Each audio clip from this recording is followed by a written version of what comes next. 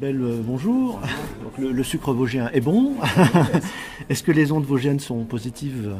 Oui, moi je suis très heureux d'être là. Surtout en plus j'avais besoin un peu d'air, de respirer, donc je connaissais pas du tout l'endroit. En plus on a la chance, on vient d'arriver, il y a de la neige et tout, alors là on est au top. Parfait. Vous êtes comédien et cascadeur.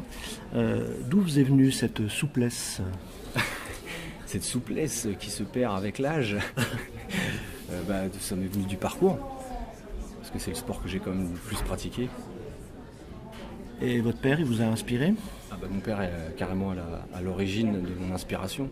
C'est lui, c'est de lui que je me suis nourri, que ce soit sur l'histoire, sur le déclic. Après, j'ai construit beaucoup par moi-même, instinctivement, c'est-à-dire dans une suite logique.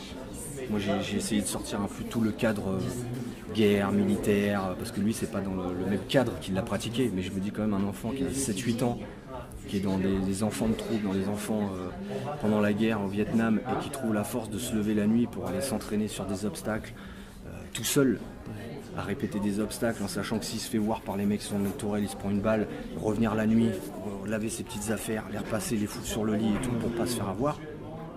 Donc quand je vois mon gamin qui se couche le soir, qui joue avec ses Legos et tout, je suis ouais non, il y a un autre monde, c'est autre chose. Donc c'était fascinant pour moi d'écouter. Il y avait tous mes amis qui avaient leur père qui faisait des choses normales comme tout le monde, qui est aussi respectable. Bien sûr. Et moi j'en avais un qui m'a pas élevé, où à chaque fois que je lui posais des questions, je tombais. Ça me faisait bizarre quoi. Et donc le parcours, donc vous l'avez mis, je dirais, un peu au goût du jour, grâce notamment à la haine, et puis un peu plus tard il y a Makasi.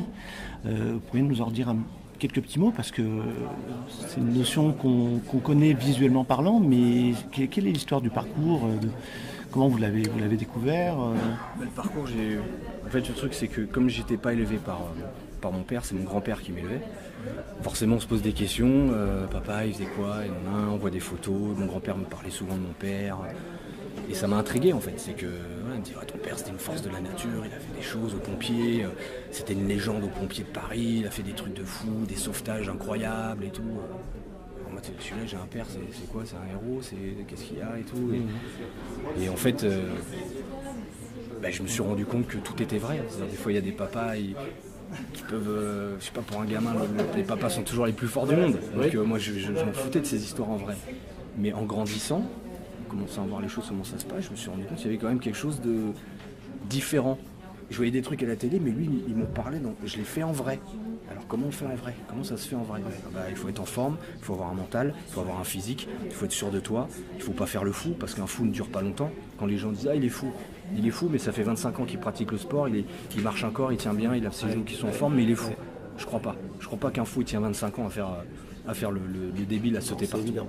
Voilà. Donc au début ça a été un peu dur de faire la différence entre des gens qui s'entraînent et juste des gens qui ont envie de faire parler d'eux, parce que ça pouvait être vu comme ça.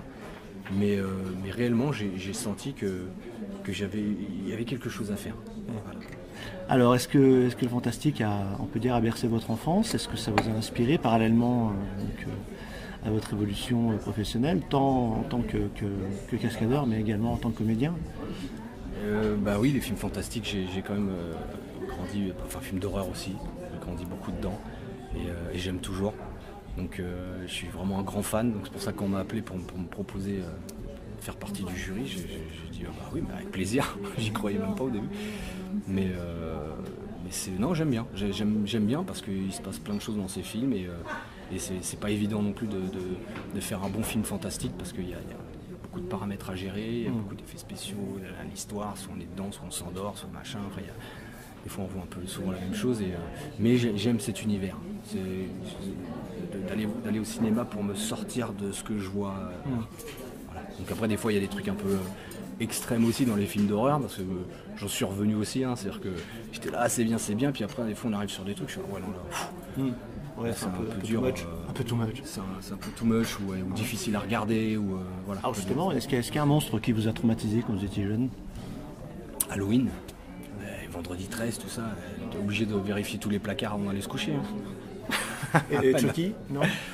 Non, Chucky, non, moins. Je me dis allez, un bon coup de pied. Et comme un ballon de foot, on le shoot, non, ça c'est pas pareil. Alors que. Chucky, ça m'a. Non, mais les Halloween, vendredi 13, ouais. Et un monstre qui vous aurait touché, ému? Ému. Après, il y avait films fantastiques comme Edouard aux mains d'argent, des trucs comme ça, donc là c'est aussi différent.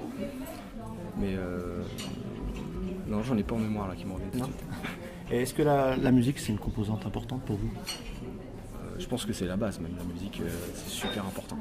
Parce que c'est même aujourd'hui, si on l'écoute bien, ce qui va limite anticiper à chaque fois ce qui va se passer. Si on écoute bien la musique, on peut presque deviner à chaque fois, attention, là c'est là que ça va faire peur, c'est là que on va commencer à découvrir l'intrigue. Donc la musique ça peut être vraiment un acteur du film. Hein. Ouais. Bon, on peut dire quand même que vous avez des côtés un peu Spider-Man comme ça. Si vous deviez choisir un autre super-héros à incarner, ce serait lequel? À part Spider-Man, Black Panther. Je pense, ce qui se rapproche le plus du parcours, l'environnement, la jungle, tous ces trucs-là. Donc là, je suis pressé en plus d'aller voir ce film. Je pense qu'il va être pas mal. Super. Et un petit mot sur votre prochain rêve cinématographique? Je prépare aussi un film d'horreur avec du parcours. Donc il est déjà écrit, tout ça, et on est en train de finaliser tout, mais j'ai vraiment... faut pas que je me loupe là-dessus, parce que ça fait longtemps que j'ai envie de faire ça.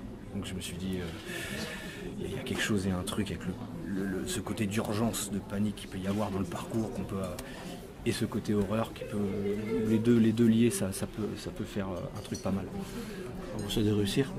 Merci. Merci beaucoup.